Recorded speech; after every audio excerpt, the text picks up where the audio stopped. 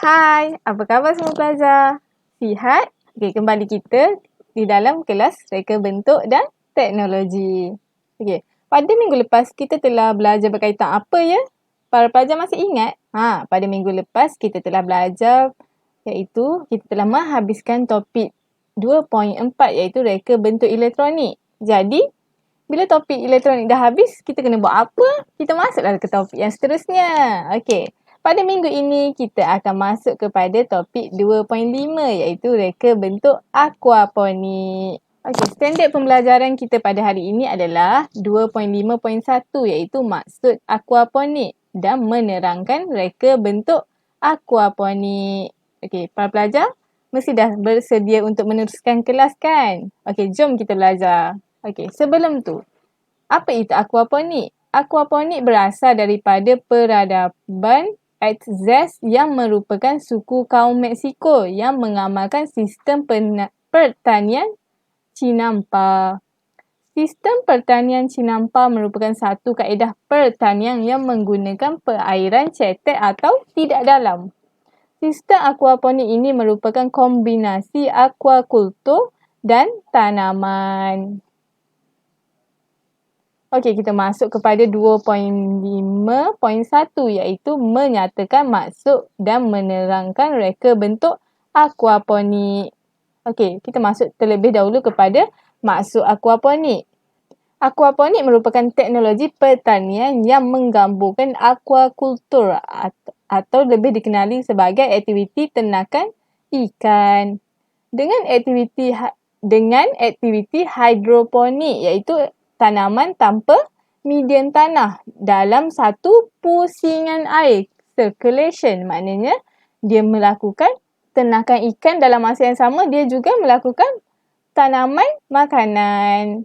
Apakah unsur penting dalam aquaponik ni? Kamu perlu ingat dan unsur penting dalam aquaponik ni terbahagi kepada tiga. Tiga sahaja. Apa itu tiga? Yang pertama adalah ikan dan yang kedua adalah bakteria.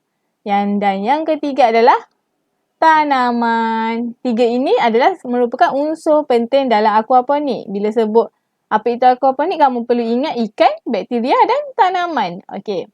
Bagaimana unsur tersebut beroperasi? Macam mana dia beroperasi? Okey. Yang pertama adalah ikan iaitu akan mengeluarkan sisa makanan yang mengandungi amonia dan kotoran. Seterusnya, bakteria akan tapis dan ubah amonia menjadi nitrat dan zat yang berfungsi sebagai baja kepada tanaman. Melalui sisa makanan ikan ini, bakteria tersebut akan menjadi baja kepada tanaman. Seterusnya, akar tumbuh akan menyerap baja dan tapis air yang akan disalurkan semula ke bekas ikan. Akar akan tapis baja-baja, seterusnya akan disalurkan semula kepada ikan.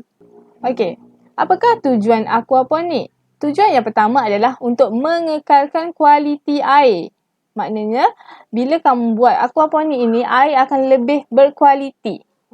Yang kedua adalah mengurangkan kadar amonia dalam air untuk dimanfaatkan oleh organisma lain. Seterusnya, yang ketiga adalah menjimatkan ruang. Kenapa menjimatkan ruang? Kerana kita boleh tanam pokok dan menternak ikan dalam satu ruang yang sama.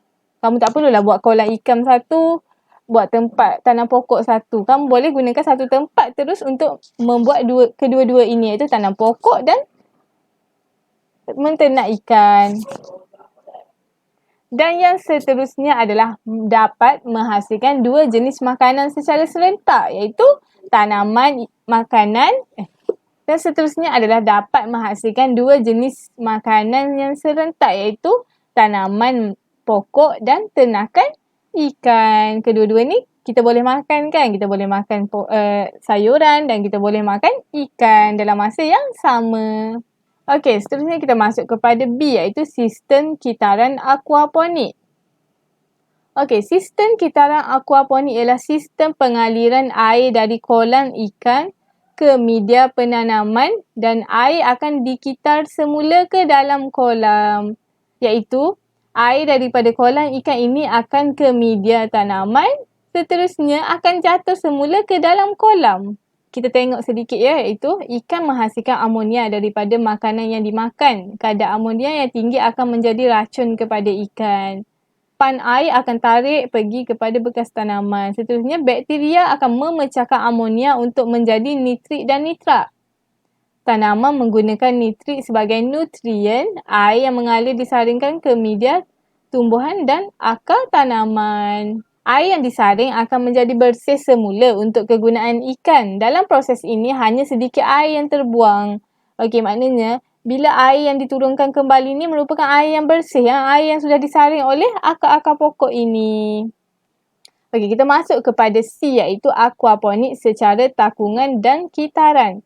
Iaitu yang pertama, aquaponik secara takungan menggunakan kolam, tangki atau bekas yang sama untuk ikan dan tanaman. Seperti yang kamu dapat lihat, ini merupakan salah satu contohnya, iaitu akar pokok akan menyerap secara terus di dalam kolam ikan ini. Okey, yang kedua adalah aquaponik secara kitaran, iaitu menggunakan dua bekas tangki, iaitu tangki ikan dan tangki tanaman secara berasingan. Seperti yang kamu dapat lihat, bekas tanaman diletakkan berada di bahagian atas berbanding dengan aquaponik secara takungan ini, iaitu akar pokok tidak menyentuh secara terus kepada air di dalam kolam ikan. Okey, sekarang kita masuk kepada D, iaitu reka bentuk sistem aquaponik.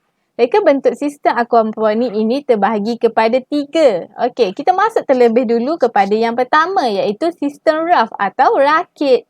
Sistem raft atau rakit ini adalah tanaman yang diletakkan terus di atas permukaan air sehingga akar tanaman terendam di dalam air. Okey, kamu lihat pada gambar raja di sebelah ini, iaitu akar pokok akan terendam secara terus di dalam air kolam ikan.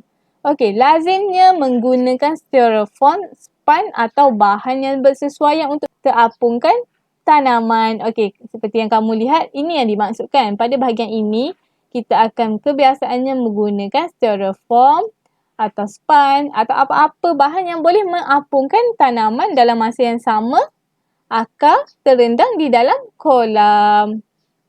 Okay, kelebihan sistem ini adalah akar tumbuhan boleh menyerap nutrien secara organik di dalam air secara langsung. Okey, disebabkan akar terendam terus di dalam air kolam, maka tumbuhan tersebut akan dapat menyerap nutrien organik secara terus kerana air tidak akan ditapis. Seterusnya, ini menjadikan tumbuhan ini tumbuh lebih cepat berbanding dua lagi sistem yang lain. Okey, apa dua lagi sistem yang lain? Jom kita belajar yang seterusnya. Okey, baiklah. Sistem yang kedua adalah sistem EBB dan flow. Sistem ini juga dikenali sebagai sistem pasang surut. Sistem ini berfungsi dengan menggunakan alat yang dipanggil loceng sifon, iaitu bell sifon. Alat ini mengalirkan air dari media penanaman apabila sudah memenuhi media tanaman. Okey, apabila air sudah penuh pada bahagian ini, maka bell sifon ini akan mengalirkan air ini terus kepada kolam ikan. Loceng sifon ini bekerja dengan prinsip yang mirip, iaitu hampir sama dengan pelampung pada tangki simbah, iaitu dekat toilet kita kan ada tangki simbah. Okey, kalau kamu pernah buka tangki simbah itu, kamu akan nampak berbola pelampung. Okey, bezanya pelampung akan menghentikan aliran air apabila sudah penuh, sedangkan loceng sifon ini akan mengeluarkan air. Okey, kalau tangki tu bila air akan penuh, maka pelampung itu akan stopkan air. Tapi loceng sifon ini bila air dah penuh, dia akan keluarkan air tersebut. Okey, sistem EBB dan flow ini adalah aquaponik yang sederhana jika dibandingkan sistem raft dan sistem NFT. Okey, apa pula sistem NFT ni? Okey, jom kita belajar apa itu sistem NFT. Okey, kita masuk kepada sistem yang ketiga, iaitu sistem NFT, Nutrient Field Technique. Okey, sistem ini seolah-olah seperti sistem raft. Sistem ini tidak menggunakan media penanaman dan akarnya menyentuh lapisan air yang mengalir. Air yang mengalir tidak boleh bertakung dan sentiasa mengalir dengan cepat. Okey, kelebihan sistem ini adalah air yang digunakan untuk mengairi tumbuhan adalah sedikit. Jadi, dia tidak memerlukan air yang banyak. Okey, seperti yang kamu dapat lihat, sistem raft tadi, akar pokok akan terus direct kepada kolam ikan. Okey, untuk sistem NFT ini, akar pokok juga menyentuh air. Tapi air itu air yang mengalir, bukan air yang bertakung seperti sistem raft. Air daripada kolam ikan akan dinaikkan dan terus mengalir keluar dari bekas tanaman ke tangki ikan. Okey, baiklah semua pelajar, itu saja untuk pembelajaran kita pada minggu ini. Terima kasih. Okey, untuk semua pelajar, keep study and stay positive. Teruskan bersemangat. Kita jumpa lagi pada minggu hadapan. Bye.